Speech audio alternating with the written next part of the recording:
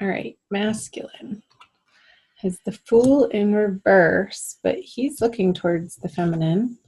And the Knight of Cups is looking the other way.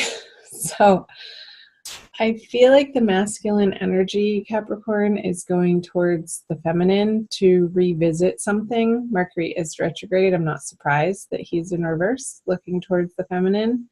However, I don't feel like the feminine is receptive to his energies and his approach, what he has to say, what he has to offer for the start of April. I feel like the feminine energy is looking out to other prospects, like keeping her options open. She's not saying no to him. I feel like she has one ear turned to listen, like, okay, the masculine's trying to communicate something here. What does he have to say? But not taking it, she's taking it with a grain of salt, essentially, and really not, like, her armor's on. She's not letting it sink into her heart center, but she's considering it. The horse is sort of looking in that direction too, like, who's behind me over there? I feel like the masculine is a little bit regretful. However, the way that he's approaching the feminine isn't quite in the way that she would want him to be, for her to completely turn this horse around and start running back into his direction.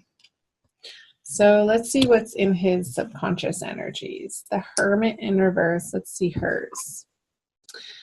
The 10 of Pentacles. So yeah, this is what the feminine wants to create and have and manifest and be living in, this full, abundant, glorious, sharing, family, fun atmosphere. And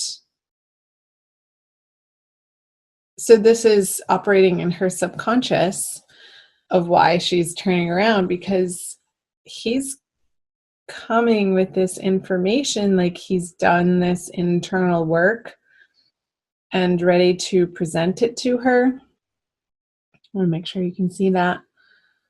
And it's like the time for that isn't quite over, masculine. The Hermit card in reverse in your subconscious is like, yes, you've made progress. Yes, you've done some inner work. But with it in reverse, it's almost like not quite in the ways that have stuck, like in your everyday habits and patterns. Let's see what's going on in the conscious mind. Interesting. Virgo masculine just got that in his subconscious. So you might want to cross-watch the Virgo reading, Capricorn. This is the Matriarch card. Here's my deck from the Smith-Waite Centennial Edition tarot deck that I'm using. And it's an additional artwork piece that is the Matriarch card. So I'm getting that the masculine wants to be taken care of by the feminine.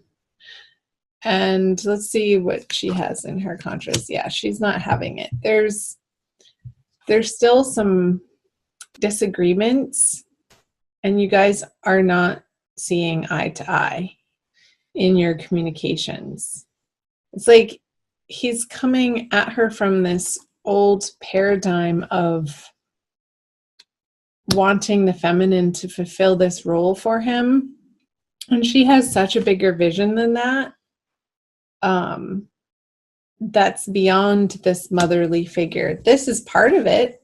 This energy is definitely part of what she wants to create with her masculine, but it's not the end all be all. And I feel like that's what he's coming back around to the feminine for, is some nurturing and some mothering that maybe he didn't get in his formative years. So there's a little bit of an unhealthy reliance looking towards the feminine to fulfill that for him. Let's see I'm going to move on. What he's bringing is the Eight of Pentacles. Yeah, it's like it's not been his joy to work on this for him with the Eight of Pentacles in reverse. With it upright, this guy is having a good old time. Like there's music playing in the background. He can work at his own pace. The sun is shining. It's not raining on him. The wind isn't blowing. It's a calm, steady, labored effect. But with it in reverse, what he's bringing to the feminine is, it's like this resistance to doing his inner work is what's blocking him from getting through this card. Like his old ideas still need to be transformed at a very basic transcendental level. Let's see the energies of, she's wanting it to be different with the masculine. I feel like she is starting to claim and own her sensuality and being in her body and wanting to share that sexual energy with the masculine. Let's flip over this. But again, it's like these miscommunications with the Eight of Wands in reverse that results in this as an experience for the feminine just in April, not forever. It's like she's not able to get her point across to the masculine. It's like they're speaking two different languages. He wants this mothering energy to help him feel nurtured and supported and safe. And she wants something sort of totally different. She wants her masculine to come at her with this passion and meet her on this level of playfulness and fun and adventure. And I feel like their wires are crossing in this manner. It's like I'm feeling this mismatch of energy, which again, this Five of Wands, it's not a major annoyance though. I mean, she's still holding her cup here, feminine. So she's really not, I mean, there's a little bit of an effort on her part, but once she sees that it's met with this resistance from the masculine, she's not, I don't feel like she's pushing forward. It's almost like it's this push-pull energy, like parts of her wants to have it out with the masculine in this passionate encounter. And it's like this, I'm getting the sense that these arguments and these miscommunications and these frustrations to do with the masculine on the feminine side are like traditionally or in the past would have led to a sexual encounter, like that friction of being a little bit mad at each other, and then you kiss and make up and have great makeup sex, that type of thing. But that's not happening in April. It's just the energy isn't set up for it. So that's fine. Go explore your other options, feminine. Do what makes you feel happy in April. Surround yourself with high vibe, positive people who encourage you to not squash this dream that you have, this vision, this idealism that you're shooting for the stars, and that's okay. Like hope in your heart, in the present. I was reading about hope actually this morning, and I was wondering if it was an emotion or not. And in fact, the jury says, most of the psychological journals say, no, it's not an emotion. It's more of a cognitive way of being and informing your current state of mind, which can affect your behaviors of how you act in the present moment. So keep hope for this vision for yourself, this abundance, this comfort, this overflowing prosperity that you will one day create with your masculine.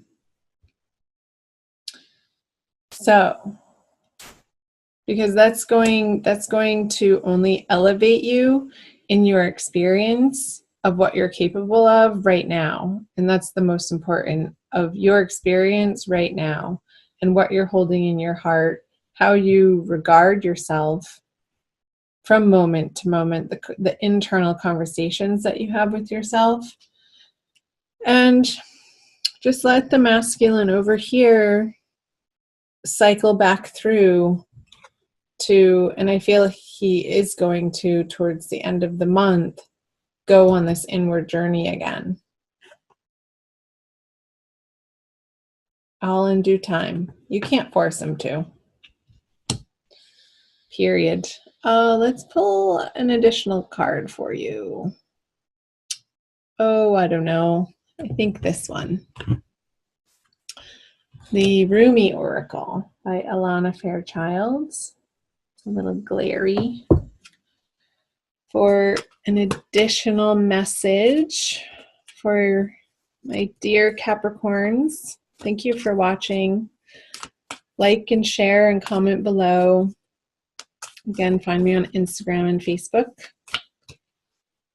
Follow me over there. Join the Ananda tribe. Ooh la la. From nothing to everything. Number 16. I will read you the poem. Let's see how much time we have. But we're good. Okay. Oh, my friend, if you're longing to be written on, become a blank page. Rumi. Have you been shedding your skins, your layers, your certainties? Gone are fixed identities and definite opinions. Keep casting those shackles aside, even if you fear you're releasing too much, and then perhaps you shall cease to exist. You shall only cease to exist as you have known yourself to be thus far. Another emanation of you awaits, blazing angel, something more beautiful and true. Yet here you are at the pruning stage, like a gardener for the soul. Shall the garden spring back to life, or will the enthusiastic denuding process be rather too much and unintentionally kill off the garden altogether? Fear not. Your soul is made of hardy stuff. It can handle a lot of culling and will shine even brighter for it. There is a greater story to be impressed upon your essence than the one you are currently dreaming up. Though you are brilliant, no doubt about it, my angel of love, there is one who is even more so. The imagination of this great writer is beyond our comprehension. The stories that pour forth from that cosmic poet in every moment are so rich, they inspire the creation of art and music. One such story is especially created for you. Yes, you. With a starring role in all the best supporting cast. You shall gasp in wonder, awe, glee, and delight when you hear it. It is a great romance, a great adventure, with an ending truly spectacular and divine. Would you wish to hear it? Become attentive now. Put your own tales aside, as dramatic as they may seem right now, and prepare to be entranced by the greater storyteller, the living poet of love, as you are entranced in a tale of your unfolding divine destiny.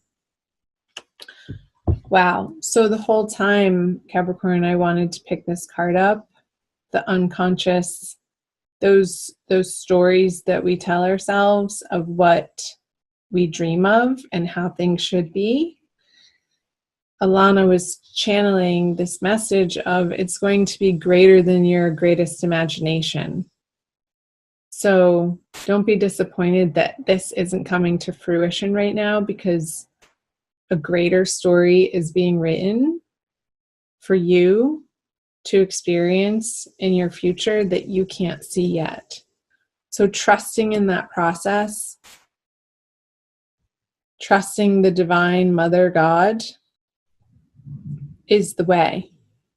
Keeping that hope in your heart and your faith strong.